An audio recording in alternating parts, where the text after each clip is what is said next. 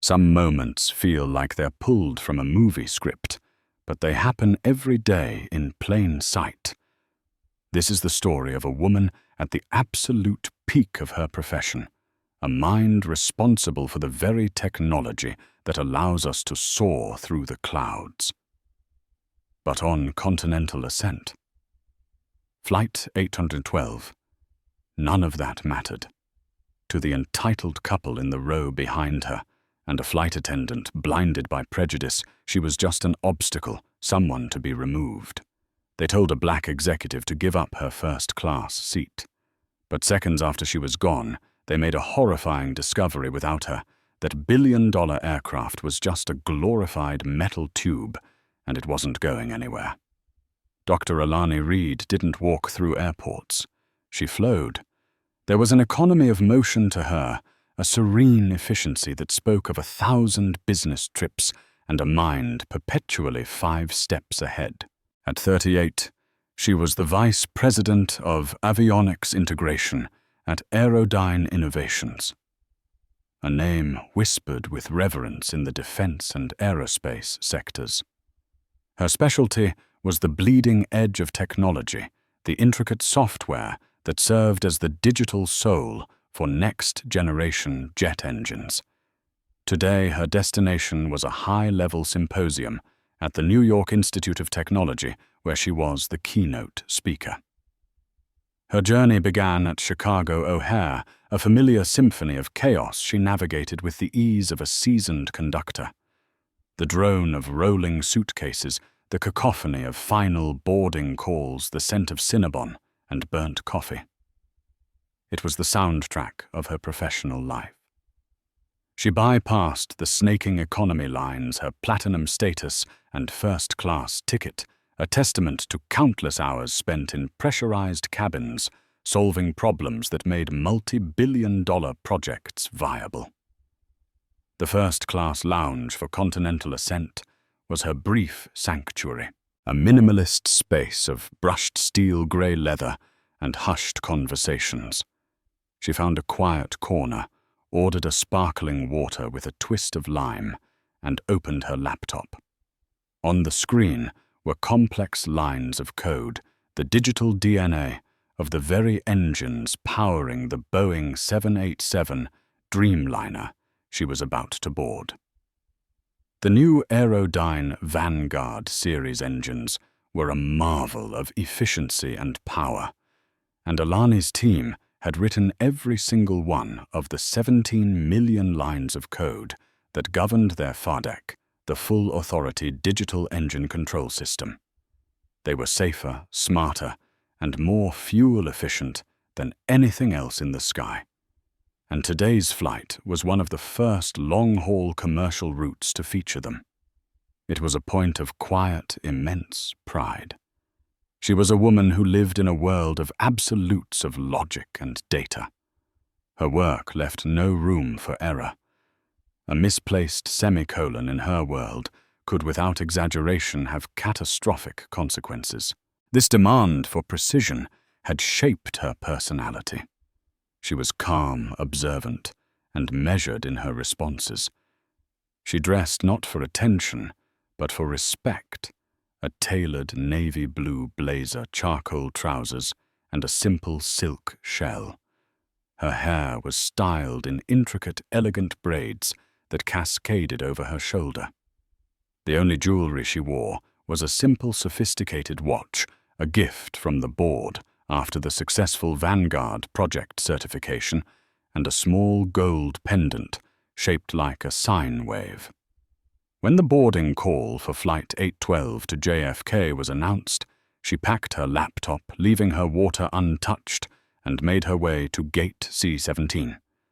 She presented her boarding pass, the gate agent scanned it with a perfunctory nod, and she walked down the jet bridge. The air shifted the ambient noise of the terminal, replaced by the filtered hum of the aircraft's circulation system. Her seat was 2A. A window seat in the luxurious first-class cabin. It was more of a private pod than a seat with polished wood grain finishes, a large entertainment screen, and ample space to stretch out. She stowed her carry-on, a sleek leather briefcase containing her presentation and secure hard drives in the overhead compartment. She settled into the plush leather, the seat sighing softly as it contoured to her form. She retrieved a technical journal from her side pocket, ready to immerse herself in an article about quantum computing applications in predictive maintenance algorithms. For a few peaceful moments, the world was exactly as it should be. The gentle murmur of other passengers finding their seats, the soft chimes of the cabin system, the distant thrum of the ground power unit. She looked out the window at the ground crew, moving with practiced choreography, their orange vests bright against the grey tarmac. She was in her element, a nexus of technology travel and intellectual pursuit. She was Dr. Alani Reid, a leader in her field, a respected professional, sitting in the seat she had earned 10 times over. She was exactly where she was supposed to be. She had no idea that the calm was about to be shattered by a storm of ignorance, a confrontation that would test every ounce of her composure, and in a twist of fate she could never have predicted place the fate of the entire flight squarely in her hands. The world of logic and reason she inhabited was about to collide with the messy, unpredictable, and often ugly reality of human prejudice. The disturbance began as a subtle shift in the cabin's atmosphere. The smooth, orderly flow of boarding passengers was interrupted by a pair who seemed to carry their own turbulent weather system with them. They were in their late 50s, dressed in expensive but somehow tasteless resort wear that seemed out of place on a business-heavy route from Chicago to New York. The woman, Caroline Preston, had a helmet of perfectly coiffed blonde hair and a face tight with impatience. Her husband, Richard, followed in her wake, his face flushed and a look of ingrained superiority etched into his features. They stopped at row 2, their eyes scanning the seat numbers with theatrical confusion before landing on Alani. Caroline's perfectly painted lips curled into a slight frown. "Excuse me," she said, her voice sharp and carrying an unmistakable edge of command. "I think you're in our seats." Alani looked up from her journal, her bookmark already placed neatly between the pages. She offered a polite, neutral smile. "I don't believe so. I'm in 2A." She held up her boarding pass, the seat assignment clearly visible. Richard Preston peered over his wife's shoulder, squinting at the pass as if he were trying to decipher a foreign language. "Well, there must be a mistake," Richard huffed his voice, a low grumble of authority. "We are in 2A and 2B. We always sit here." The implication was clear. Their habits and desires superseded printed facts. Alani's smile remained, but it no longer reached her eyes. This was a tired, familiar script. "My boarding pass says 2A, she repeated calmly, her voice even. "Perhaps your seats are in another row." Caroline let out an exasperated sigh, a sound designed for maximum public effect. "This is ridiculous. We paid a fortune for these seats. We have a very important meeting in New York. We can't be sitting separately or further back." She flagged down a flight attendant who was hurrying down the aisle. "Excuse me, steward." A young man named Brent, his name tag gleaming on his crisp uniform, stopped and turned. He had a harried look, the forced smile of a service professional stretched to its limit. "How can I help you, ma'am? This woman is in our seat," Caroline declared, pointing an accusatory finger at Alani. "Our passes say 2A and 2B. Brent's eyes flickered from the Prestons to Alani. A subtle, almost imperceptible change occurred in his demeanor. His professional deference towards the Prestons was contrasted by a cooler, more skeptical gaze directed at Alani. It was a micro-expression she had seen 1,000 times before, The flicker of surprise, the recalculation, the quiet question of how she had ended up here. "Ma'am, could I see your boarding pass?" he asked Alani, his tone just a shade less respectful than the one he'd used with Caroline. Alani handed it over without a word. He examined it, then looked at the pass Richard Preston was now brandishing. Brent's face clouded with confusion. "It seems we have a duplication here. Let me just check my manifest." He tapped at a handheld device. A few tense seconds passed. Alani could feel the eyes of other first-class passengers on them. She felt a familiar hot flush of frustration and anger creeping up her neck, but she forced it down, maintaining a mask of detached composure. This was a test. It was always a test. Brent's expression cleared, but not in a way that offered relief. "Ah, I see what happened," he said, directing his explanation solely to the Prestons. "It seems there was a last-minute equipment change, and our system reseated some passengers. Dr. Reid," he said, finally addressing her. "It appears your original seat was reassigned. My manifest shows you in 14B. 14B. A middle seat in premium economy." Alani's composure finally fractured just a little. "That's incorrect," she said, her voice low but firm. "I booked 2A months ago. I am a Platinum Elite member. My seat was confirmed this morning, and this boarding pass was printed an hour ago. There is no reason for my seat to have been changed." "System glitches happen," Brent said with a dismissive shrug. He was clearly intimidated by the Prestons, and saw Alani as the path of least resistance. "I'm sure you understand. We need to get this flight out on time." "I do not understand," Alani stated, her voice like ice. "I understand that I am holding a valid ticket for this seat." Caroline Preston chose this moment to lean in her voice a conspiratorial, venomous whisper that was loud enough for everyone nearby to hear. "Maybe one of those corporate diversity programs got you this ticket. Sometimes they get the details wrong."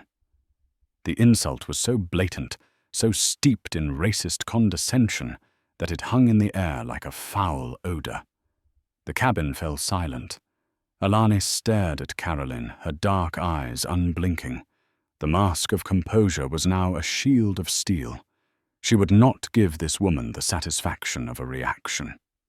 "My ticket," Alani said, her voice dangerously quiet, "was paid for by my company, for which I am a senior vice president. I earned this seat through merit, not a program." Ignoring her, Brent turned to Alani with a look of finality. "Ma'am, I'm going to have to ask you to move to your assigned seat in 14B. The Prestons are correctly ticketed for this row. We need to close the doors." It was a lie. A bald-faced, transparent lie. His manifest might have shown a system error, but his actions showed a clear bias. He had chosen to believe the loud, wealthy white couple over the quiet, professional black woman without a moment's hesitation. He hadn't offered to investigate further, to check the gate system, or to find a different solution. He had simply capitulated, and in doing so had made Alani the problem. "I will not be moving," Alani said, her voice echoing with the full weight of her authority. "You have not provided a valid reason for this change. I demand to speak with the gate supervisor. Ma'am, if you don't cooperate, I will have to classify you as a non-compliant passenger." Brent threatened, his voice rising. "That will mean you'll be removed from the flight entirely." The ultimatum hung in the air. The Prestons looked on with smug satisfaction. Richard crossed his arms, a smirk playing on his lips. Caroline was already directing him to put his bag in the overhead compartment above Alani's head, a clear act of claiming territory. Alani looked at Brent's face, at the Prestons' sneering expressions, and at the uncomfortable, averted gazes of the other passengers. She felt a profound sense of humiliation and rage. But beneath it, A cold, hard resolve was forming. They had made a colossal mistake. They just didn't know it yet. With a slow, deliberate movement, she unbuckled her seatbelt. "Fine," she said, her voice betraying no emotion. "You can remove me from the flight." The walk of shame, as Alani thought of it, was excruciating. Brent, puffing his chest out with a sense of righteous authority, led the way. Richard and Caroline Preston settled into seats 2A and 2B, with theatrical sighs of relief, not even bothering to give Alani a parting glance. The other first-class passengers either stared at their phones with intense focus or offered looks of fleeting, useless sympathy. No one said a word. No one intervened. In the face of casual bigotry and institutional failure, silence was the universal language. Alani held her head high as she retrieved her briefcase from the overhead bin. She walked down the aisle, her steps measured and deliberate, a queen being led from her castle by a court jester. She could feel the stares of the passengers in economy as she passed their faces, a mixture of curiosity and pity. When she stepped back into the jet bridge, the door to the aircraft closed behind her with a definitive metallic thud. The sound echoed the closing of a door in her mind, a door on her loyalty to Continental Ascent Airlines. At the gate desk, Brent was already talking to the lead gate agent, a woman named Susan, whose face was a mask of weary indifference. She refused to take her assigned seat and was causing a disruption. Brent reported a clear fabrication. The captain authorized her removal so we could maintain our on-time departure. Susan looked at Alani, her eyes devoid of empathy. "Ma'am, I'm sorry, but we can't have passengers disrupting the boarding process. We'll rebook you on the next available flight." "The next available flight is at 10 p.m. Alani stated, her voice cold and even. "That is unacceptable. And for the record, I was not causing a disruption. I was sitting in my ticketed seat 2A when I was harassed by 2 other passengers and then ordered to move by your flight attendant based on a lie." "He said there was a system glitch," Susan countered, already typing furiously at her keyboard, eager to make the problem go away. "Then your system should also show that I am a Platinum Elite top-tier frequent flyer. It should show I have never had a single complaint filed against me. It should show that my seat was confirmed multiple times.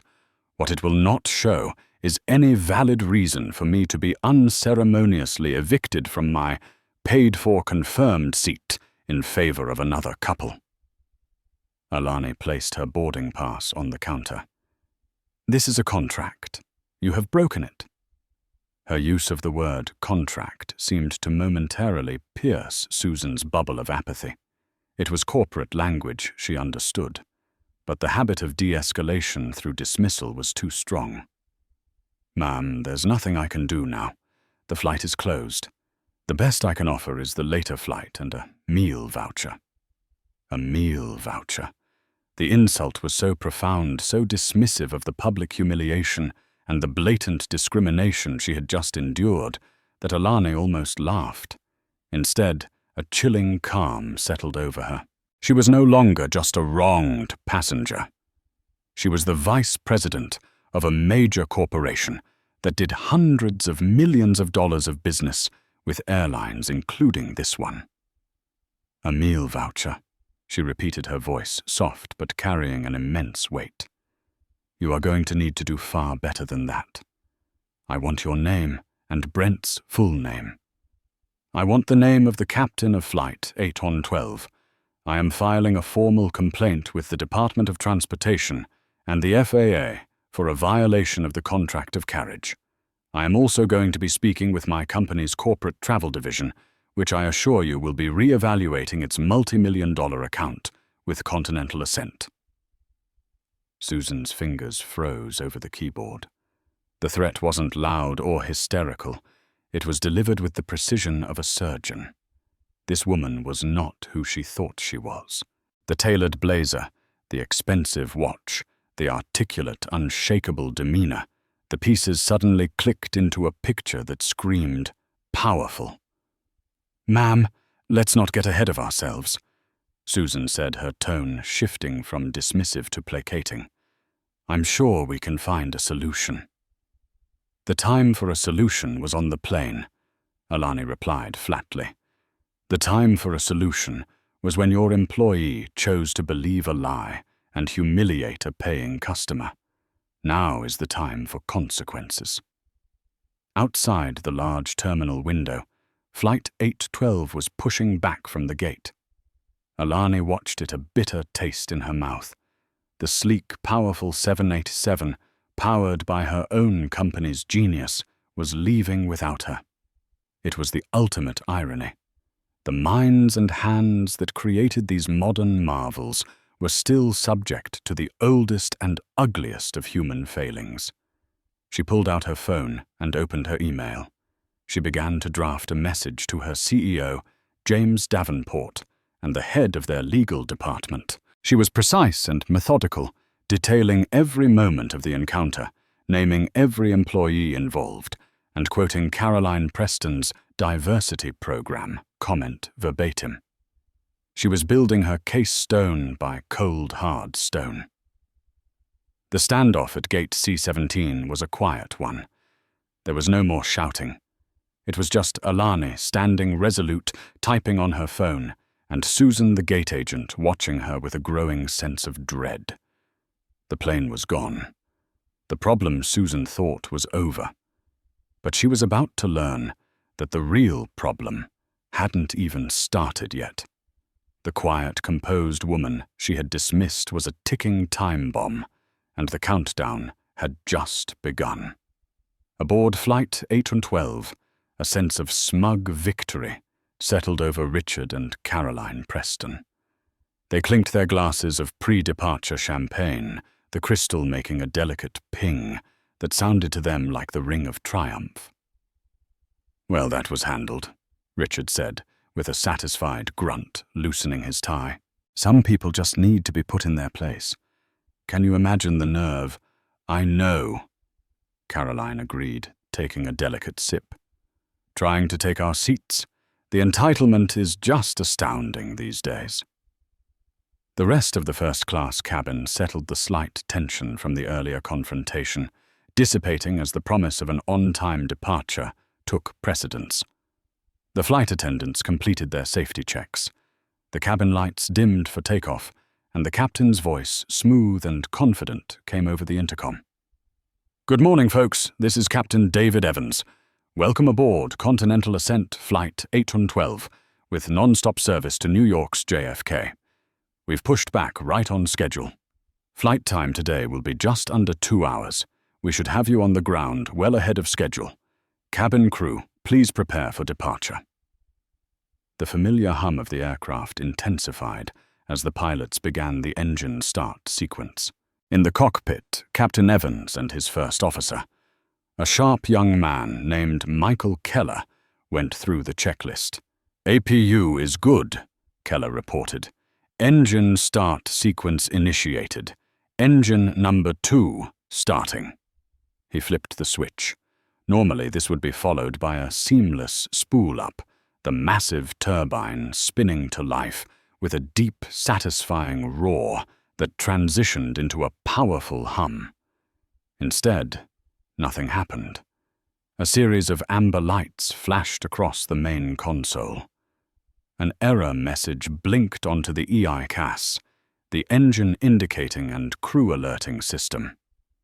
AD 7700. FADEC sync failure. ENG2. Captain Evans frowned. "That's new. Never seen that code before." AD stood for AeroDyne, the engine manufacturer. "Let's shut it down and try again." They ran through the procedure, shutting down the sequence and restarting it. The same result. The error code flashed with insistent electronic stubbornness. "Okay," Evans said, his voice tight. "Let's try engine 1. They switched the sequence. Again, the same result, this time for the other engine. AD 7700.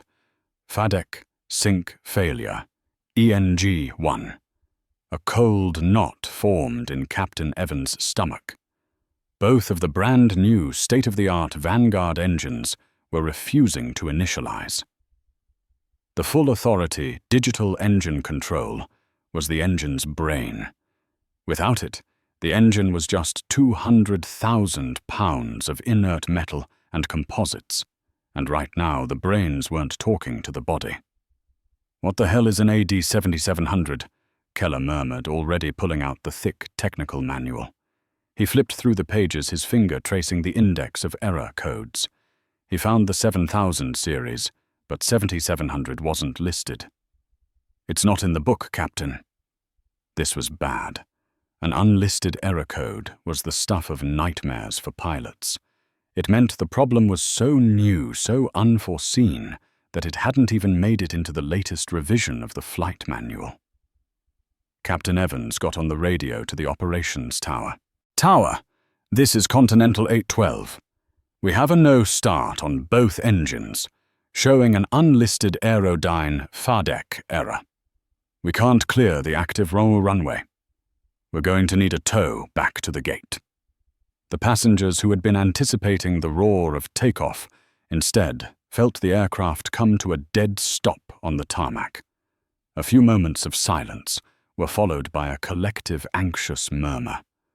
The captain's voice came back over the intercom, but the smooth confidence was gone, replaced by a strained professionalism. "Folks, apologies for this. We seem to be having a minor technical issue with the engine startup sequence. We're working with maintenance to resolve it, but it appears we'll need to return to the gate. We'll give you an update as soon as we have one." Minor technical issue was pilot speak for, "We have a serious problem and no idea how to fix it." Back at the gate, the ground crew reattached the tow bar, and the massive Dreamliner was slowly ignominiously dragged back to its starting position. The jet bridge which had been retracted was extended once more to meet the aircraft door. In seat 2B, Richard Preston was fuming. He checked his Rolex. "Unbelievable. Absolutely unbelievable. We have the Stanton and Finch meeting at 2 o'clock. This is a billion-dollar merger, Caroline. We cannot be late." "It's probably her fault," Caroline muttered, a hint of bizarre superstition in her voice. "That woman, she probably put a curse on the plane." Richard just grunted, his face turning a darker shade of red. Every minute they sat on the ground, his anxiety and anger grew. The delay was more than an inconvenience. It was a direct threat to the deal he had been working on for over a year. In the cockpit, Captain Evans was now on the satellite phone with the airline's central maintenance hub. The technicians on the other end were as baffled as he was. They had no record of an AD 7700 code. The call was escalated. Soon a conference call was underway, patching in engineers from Boeing. They too were stumped. The FADEC system was a black box designed and programmed by AeroDyne Innovations. There was only one place left to call. "Get me the head of engineering at AeroDyne." Captain Evans commanded into the phone, his patience worn to a nub. "Tell them it's an emergency. I have a 787 full of passengers on the ground at O'Hare, and their brand new Vanguard engines are a pair of very expensive paperweights." The plane wasn't just delayed. It was grounded, and nobody on board in the tower or at the maintenance hub knew why. The conference call was a tense digital web connecting the cockpit of Flight 812, the Continental Ascent Operations Center in Houston, and the Boeing Emergency Response Office in Seattle. Voices crackled over the line, each one adding a layer of urgency, but offering no solution. "We've cross-referenced everything, Dave," a senior Boeing engineer said to Captain Evans. "The code isn't in our database. It has to be proprietary to AeroDyne's FADEC software. We can't touch it. It's their system." The frustration in the cockpit was palpable. They were sitting in one of the most advanced flying machines ever created, rendered completely inert by a string of code they couldn't decipher. "Then get me AeroDyne." Evans repeated, his knuckles white as he gripped the phone. "Now." Finally, after another 10 minutes of frantic dialing and corporate pass-throughs, a new voice joined the call. It was calm, precise, and carried the unmistakable weight of deep technical knowledge. "This is John Erickson, lead systems architect at AeroDyne. I understand you have a dual FADEC failure on a Vanguard-equipped 787. "That's right," Captain Evans said, relief washing over him. "We're getting an EIKS alert, AD 7700 sync failure. It's not in any of our manuals." There was a pause on the other end of the line, followed by the faint sound of typing. Then a soft curse. "Oh boy," Erickson said. His calm demeanor had cracked. "What is it, John?" the man from Continental Ops demanded. "AD 7700. That's a level 5 diagnostic code," Erickson explained, his voice grim. "It's not supposed to be user-facing. It indicates a desynchronization between the primary and secondary FADEC channels during the cold start ignition sequence. It's a 1 in a million sensor timing anomaly. The system is failing safe exactly as designed. It's preventing a startup because it can't guarantee 100% stable engine parameters." "So how do we fix it?" Captain Evans asked, cutting to the chase. "Is there a reboot sequence, a manual override?" Another pause, longer and more ominous this time. "Yes," Erickson said slowly. "There is a manual software override protocol. It requires a certified Level 5 engineer to physically access the maintenance terminal in the Avionics Bay interface with the FADEC, and input a series of cryptographic keys to force a system resync."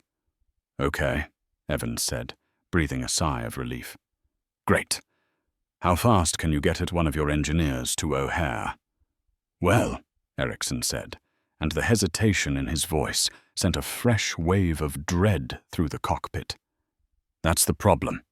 The Vanguard engine is so new that certification for the Level 5 override is extremely limited. There are maybe 5 people in the world authorized to perform it. Most of our team is in Germany for the Berlin Air Show." "Most," the Continental Ops manager pressed. "Who isn't our VP of Avionics integration," Erickson said. "She wrote the protocol. She's the foremost expert on this system. But last I checked, she was on her way to New York for a conference." A dreadful silence fell over the conference call. The pieces began to click into place with the sickening finality of a closing coffin lid. The airline manager in Houston started typing furiously. "What's her name?" he barked. "Reid," Erickson replied. "Dr. Alani Reid." In the cockpit, First Officer Keller, who had been listening intently, suddenly sat bolt upright. His eyes went wide. "Captain," he whispered, his voice trembling slightly. "Reid. I remember the name from the manifest." Captain Evans stared at him. "What are you talking about?" "The woman who was removed from the flight." Keller said the words tumbling out. "The one in 2A. Brent had me look her up when he was making the report. Her name was Dr. Alani Reid." The world seemed to stop. The hum of the AP, the static on the conference line, the distant sounds of the terminal, it all faded away. Captain Evans felt the blood drain from his face. He looked at his first officer, then back at the inert controls of his billion-dollar aircraft. The woman they had ejected for the convenience of an arrogant couple and a power-tripping flight attendant was not just any passenger. She was quite literally the only person on the continent who could get their plane off the ground. On the conference call, the Continental Ops manager swore loudly and explicitly. "Are you telling me," he said, his voice a low, dangerous growl, "that we kicked the one person who can fix this plane off the plane?" Erickson from AeroDyne, unaware of the drama, simply confirmed the facts. If Dr. Reid was supposed to be on that flight, then you have your solution. You just need to find her. Find her. They had publicly humiliated her and thrown her off the aircraft. She was likely long gone, or in the process of filing a lawsuit that would cost the airline millions. Captain Evans slammed the phone down into its cradle. He looked at Keller, his face a mask of disbelief and dawning horror. "Get on the horn to the gate, now! Find out where she is. Tell them this is a Level 1 emergency. Tell them the aircraft is grounded until she is found. And God help us if she's already left the airport." The desperate call had been made. The nature of the problem was now understood. But the solution was not a technical manual or a software patch. The solution was a woman they had profoundly wronged, and she was holding all the cards. The atmosphere back at Gate C-17 had simmered down to a tense, awkward quiet.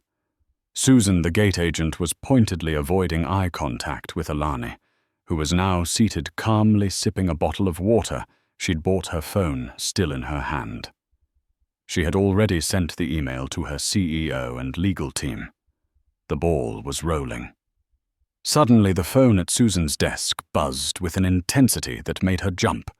It was the direct line from the cockpit, a line reserved for urgent communications.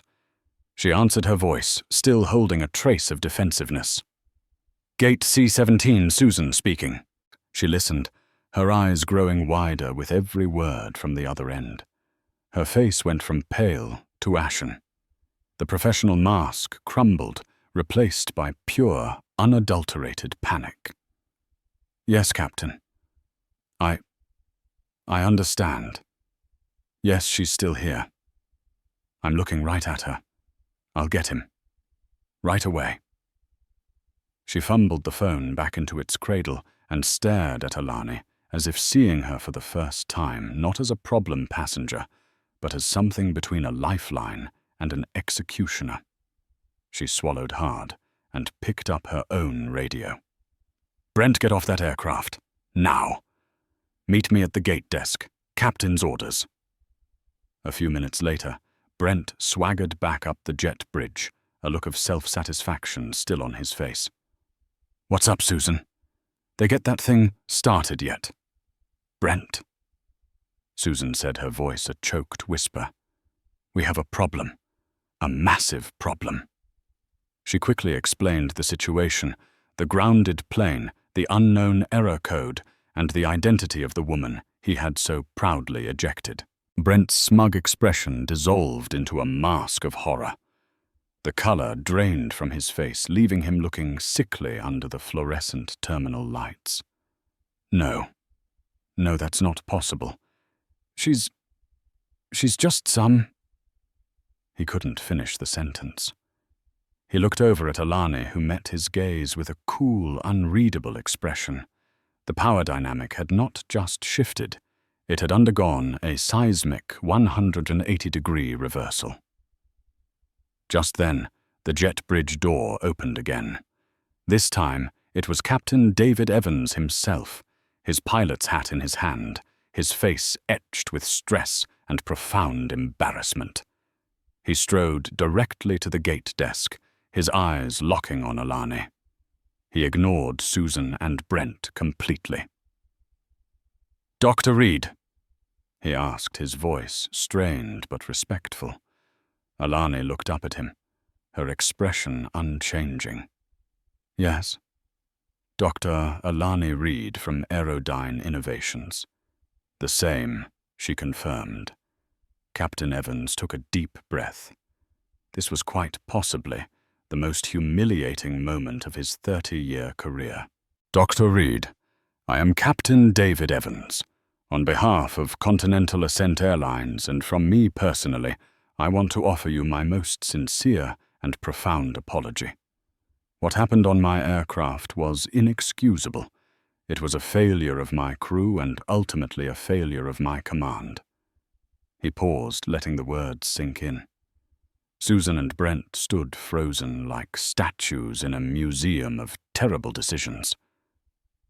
"We have a situation," the captain continued. "A critical one.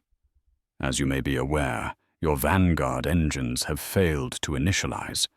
We have an AD 7700 FADEC sync error, and our engineers Boeing and your own people at AeroDyne have informed us that you are the only person on this side of the Atlantic who can fix it." Alani listened, her face giving away nothing. She let the silence stretch, forcing him to stand there in the full view of the waiting area, this powerful, respected captain, humbling himself before the woman his crew had just cast aside. Finally, she spoke. "Is that so?"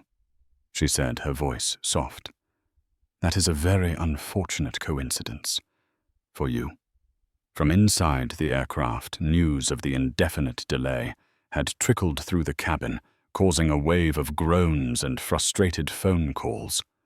Richard Preston was on the phone with his office, his voice a furious bellow. "I don't care what you have to do, reschedule the meeting, tell Stanton it's an act of God, a technical failure." Then through the window, he saw the scene unfolding at the gate. He saw the captain, hat in hand, speaking to the black woman they had kicked out of her seat. He saw the panicked faces of the gate agent and the flight attendant. He couldn't hear the words, but the body language was unmistakable. The captain was pleading. What is going on?" Caroline said, peering out the window. A passenger in the row behind them who had an unobstructed view murmured, I think they're asking her to come back." The implication was so absurd, so impossible, that Richard almost laughed. But the captain's deferential posture, the woman's unshakable calm, it all pointed to an unbelievable truth. The delay, the minor technical issue, was somehow connected to her. Back at the gate, Captain Evans pressed on. "Dr. Reid, I know we have no right to ask you for anything, but I have 214 passengers and a flight crew who need to get to New York. The airline will offer you any compensation you deem appropriate. Vouchers, a refund, a book of first-class tickets. Anything. Please, we need your help." Alani looked from the captain's desperate face to the pale, terrified faces of Susan and Brent. She thought of the humiliation, the sting of Caroline Preston's words, the silent complicity of the other passengers. She held the fate of this flight and the careers of the people in front of her in the palm of her hand. This was the moment of reckoning. The reversal of fortune was complete. Now she would set the terms. Alani let the captain's plea hang in the air for a long moment, the terminal's ambient noise rushing in to fill the silence. Her mind, trained to process complex data and find optimal solutions, was working furiously. Revenge was tempting, but it was an emotional, inefficient response. Justice, however, was a different matter entirely. Justice was precise, logical, and corrective. She finally stood, her movements smooth and deliberate. She looked Captain Evans directly in the eye. "Compensation is an insult," she began, her voice cutting through the tension. "It implies that the dignity and respect I was denied can be bought with airline tickets. It cannot." The captain flinched but nodded. "You're right. I apologize. Please tell me what you need." "Here are my terms," Alani said, her voice clear and non-negotiable, the voice of a VP laying out the framework for a 9-figure deal. "First, Brent and the purser for the first-class cabin will deliver a direct public apology to me in front of the entire first-class cabin. They will admit they acted on prejudice and failed in their duties." Brent looked like he was going to be sick. "Second," she continued, "I want the passengers who took my seat, Mr. and Mrs. Preston, removed from first class and reseated in the last row of economy, in middle seats if possible. My briefcase will remain in the overhead bin at 2A. The captain didn't hesitate. "Done. Third, I will be returning to my original seat, 2A. And for the inconvenience, the seat next to me, 2B, will remain empty for the duration of the flight." Of course, Captain Evans agreed immediately. Fourth, I want written confirmation from Continental Ascent's corporate office, before I even step on that plane, that a full and formal investigation will be launched into this incident, into the conduct of the crew, and into the company's training protocols for bias and discrimination. I want a copy of that report sent to my office at AeroDyne within 30 days. My CEO, James Davenport, will be expecting it. The mention of her CEO's name sent another shockwave through the airline staff. This was no longer an isolated incident. It was now a corporate-level crisis. You will have it, the captain promised already, pulling out his phone to relay the demands to his superiors. And finally, Alani said, her gaze sweeping over them all, I will require 5 minutes alone in the cockpit with you and your first officer to interface with the FARDEC, after which I will return to my seat and expect a quiet, uneventful flight to New York, where I have a keynote address to deliver. There was no negotiation. There was only acceptance. Captain Evans relayed the terms, and within minutes, a flurry of activity began. An email from a senior VP at the airline landed in Alani's inbox, promising a full investigation. The boarding door was opened. Alani, flanked by a humbled Captain Evans, walked back onto the aircraft. As she entered the first-class cabin, all eyes were on her. The atmosphere was thick with a mixture of awe, guilt, and disbelief. Brent, his face pale and sweating, stood stiffly in the aisle.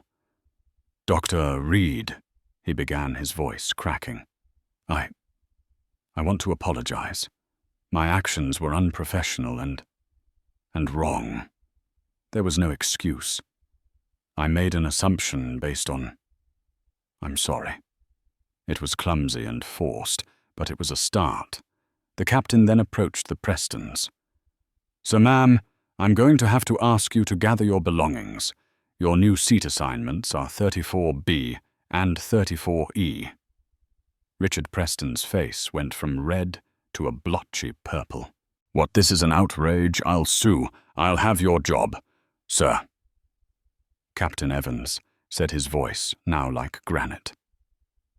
The alternative is being permanently banned from this airline and removed from this aircraft by airport security for causing the initial disturbance. The choice is yours. You have 60 seconds. Defeated and utterly humiliated, the Prestons collected their things. As Caroline passed Alani, she couldn't meet her eyes. The entire cabin watched in stunned silence as the wealthy, powerful couple were escorted to the back of the plane, forced to take the very middle seats they so dreaded. Alani settled back into 2A. It felt different now. It wasn't just a seat. It was a throne she had reclaimed. She then followed the captain to the cockpit. Inside the cramped, screen-filled space, she was in her element. She directed the first officer to open a panel revealing a maintenance port. She connected her personal tablet, and a command line interface filled the screen. Her fingers flew across the virtual keyboard, typing strings of alphanumeric code that looked like gibberish to the pilots, but were poetry to her. Initializing manual sync protocol, forcing handshake between primary and secondary sensor arrays. Inputting cryptographic key. Alpha Delta 770, 0 clear. Executing. On the main EICARE screen, the terrifying AD 7700 error code blinked once, then vanished. It was replaced by a comforting green message. FADEC systems nominal. Start your engines, Captain, Alani said calmly, disconnecting her tablet.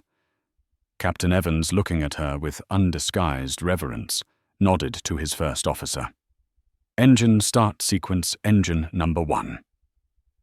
This time, the magnificent AeroDyne Vanguard engine spooled to life with a deep, powerful, and perfect roar. Then the second. The entire aircraft vibrated with controlled immense power. The problem was solved. The whole procedure had taken Alani less than 3 minutes. She returned to her seat, buckled in, and picked up her technical journal. The plane taxied to the runway, and with a powerful surge lifted into the sky. As they ascended through the clouds, Alani looked out the window at the sprawling city of Chicago falling away beneath her. She hadn't sought this confrontation, but she had met it. She had faced down prejudice not with anger, but with overwhelming competence. She had proven that her value wasn't determined by the color of her skin, but by the brilliant, unstoppable contents of her mind.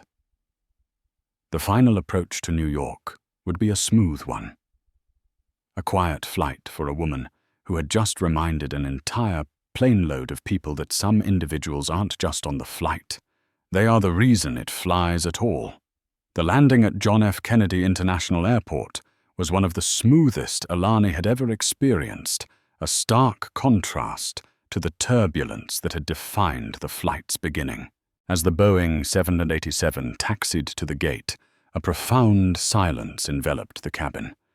It was not the usual post-flight rustle of passengers eager to deplane, but a heavy, thoughtful quiet. When the seatbelt sign pinged off, no one in first class moved. They all waited their eyes on Alani. Captain Evans emerged from the cockpit and stopped by her seat. "Dr. Reid," he said, his voice full of a newfound respect that bordered on awe. "Thank you for everything. We would have been stranded for days without you." Alani simply nodded. "Just do your job, Captain, and ensure your crew does theirs." She was the first person to stand, the first to retrieve her bag, and the first to walk towards the exit. As she passed the galley, the flight attendants, including Brent's former colleagues, averted their eyes, their faces flushed with a mixture of shame and fear. She disembarked without a backward glance. She had a symposium to attend. She arrived at the NYIT auditorium, with minutes to spare, the adrenaline from the ordeal sharpening her focus. When she stepped onto the stage, she wasn't just Dr. Alani Reid, the VP of Avionics. She was a woman who had just stared down institutional prejudice and won. Her keynote address was more than just a presentation. It was a masterclass.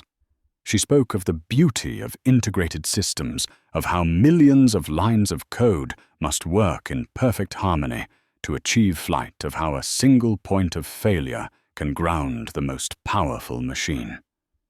The audience was captivated by her brilliance and passion, unaware that she had just lived a powerful real-world metaphor for her very topic. Meanwhile, Richard and Caroline Preston's world was crashing down. They landed to a storm of frantic messages. Their tardiness had forced their legal team at Stanton and Finch to go into the merger meeting unprepared. When the Prestons finally arrived, disheveled and fuming, they projected an aura not of power, but of chaos.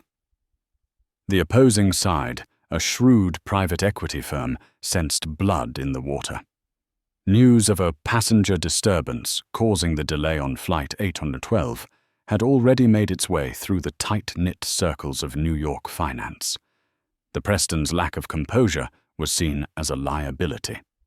The firm used the opportunity to renegotiate key terms, citing a lack of confidence in Preston Holdings' leadership.